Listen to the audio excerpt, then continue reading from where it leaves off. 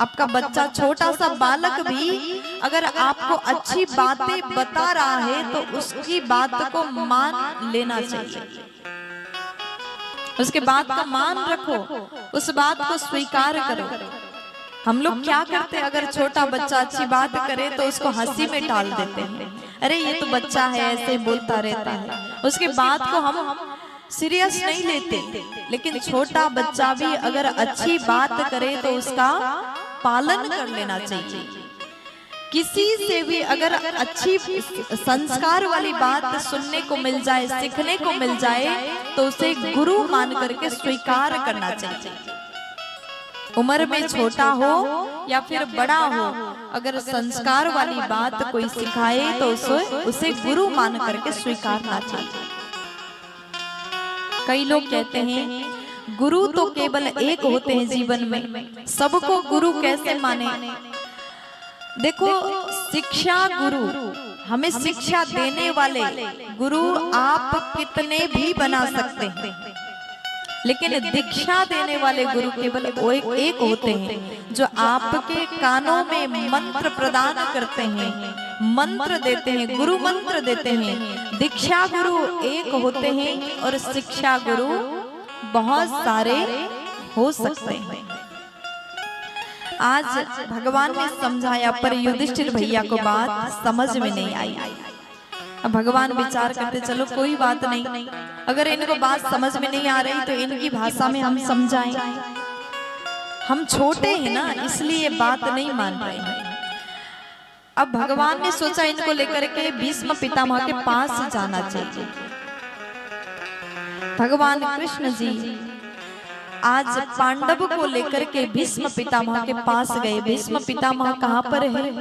कुरुक्षेत्र में, जहाँ पर महाभारत का युद्ध हुआ। भीष्म पितामह 52 दिन से तीर के बाण के सैया पर लेटे भगवान का इंतजार कर रहे हैं।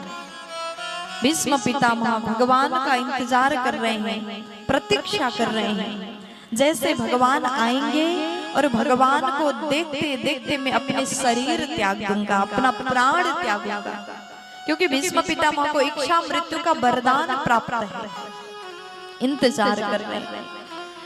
शरीर के प्रत्येक अंग में बाण चुभा है, लेकिन प्राण को रोक करके भगवान के दर्शन पाने के लिए इंतजार कर रहे हैं। भगवान पांडव को लेकर के गए, साथ में मैया द्रौपदी भी गई और साथ में कुंती मैया भी गई। भीष्म जी ने जैसे पांडव को आता हुआ देख लिया, अर्जुन से पूछा, अरे अर्जुन तुम आ गए और तुम्हारा वो सारथी साथ में नहीं आया? भीष्म जी ने पूछा। अर्जुन भैया बोले कि पितामह भगवान पीछे से आ रहे हैं।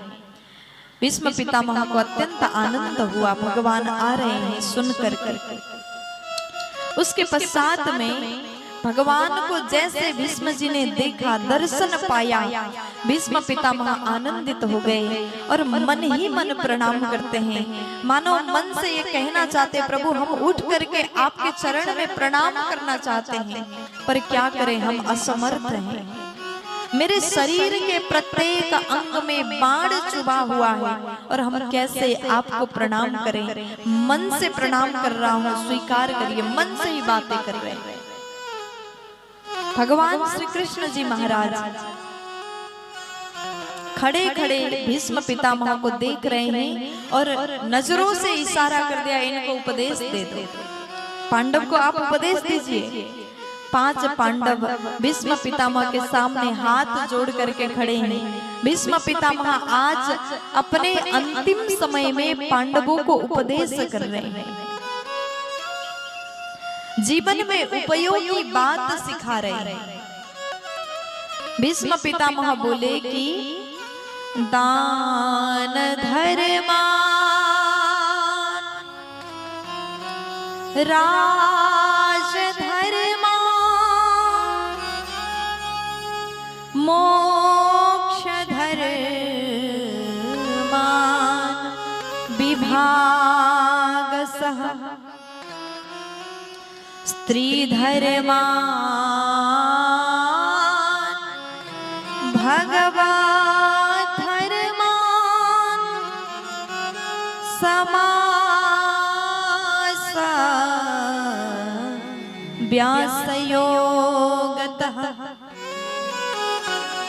भीष्म पितामह आज पांडव से कहते हैं कि देखो, जीवन में धर्म का पालन करना अति आवश्यक है। देखो, आपको भगवान ने मानव बना करके भेजा और आप जीवन तो जी रहे हैं और इस जीवन में धर्म नहीं है तो जीवन किस काम का। धर्म के साथ धर्म सहित जीवन को जीना चाहिए। हम संसार में आए, खाए पिए, अपने दिनचर्या ऐसे ही व्यर्थ किया, जीवन को व्यतीत किया और ऐसे ही चले गए, ऐसे ही मौत आ गई, तो इस जीवन का क्या काम। भगवान ने हम सभी को मनुष्य बनाया। दुनिया में सर्वश्रेष्ठ प्राणी है मानव, क्योंकि मनुष्य को भगवान ने चेतना दिया, बुद्धि दिया, सोचने की समझने की शक्ति दिया। हम लोग सबसे ज्यादा समझदार प्राणी हैं, मानव सबसे ज्यादा समझदार है, लेकिन सबसे ज्यादा नासमझ भी मानव ही बन जाता है। प्यार से बोलो। तो कहा कि जीवन ऐसे जियो कि जीवन में धर्म हो।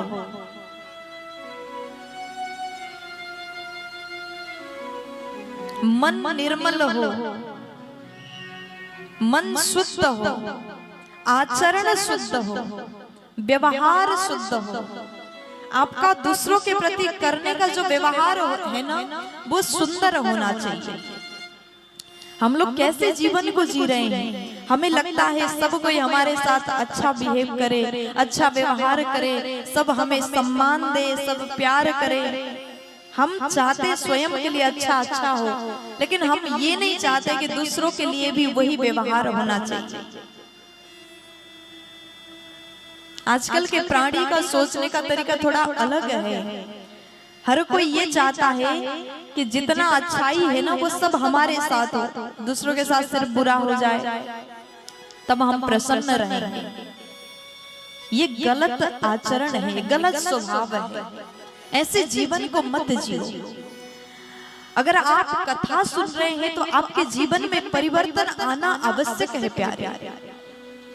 आप 9 दिन तक कथा सुन रहे हैं, 9 दिन तक ये कथा सुनने वाले हैं, संतों के मुख से आप दिव्य वाणी को सुन रहे हैं, और 9 दिन पहले जैसा हमारा जीवन था कथा के बाद भी जीवन वैसा ही रहा, तो क्या मतलब निकला। जीवन को ऐसे मत जियो। जीवन में परोपकार होना चाहिए। दूसरों के हित के लिए आपके मन में अगर ख्याल आ जाए, अगर आप विचार करो मैं ऐसा क्या करूं जो करने से किसी और के चेहरा में हंसी आ जाए, मैं ऐसा क्या बोलूं मेरी बात को सुनकर के दूसरों को आनंद मिल जाए, दूसरों को अच्छा लगे। अपने जीवन को ऐसे जियो।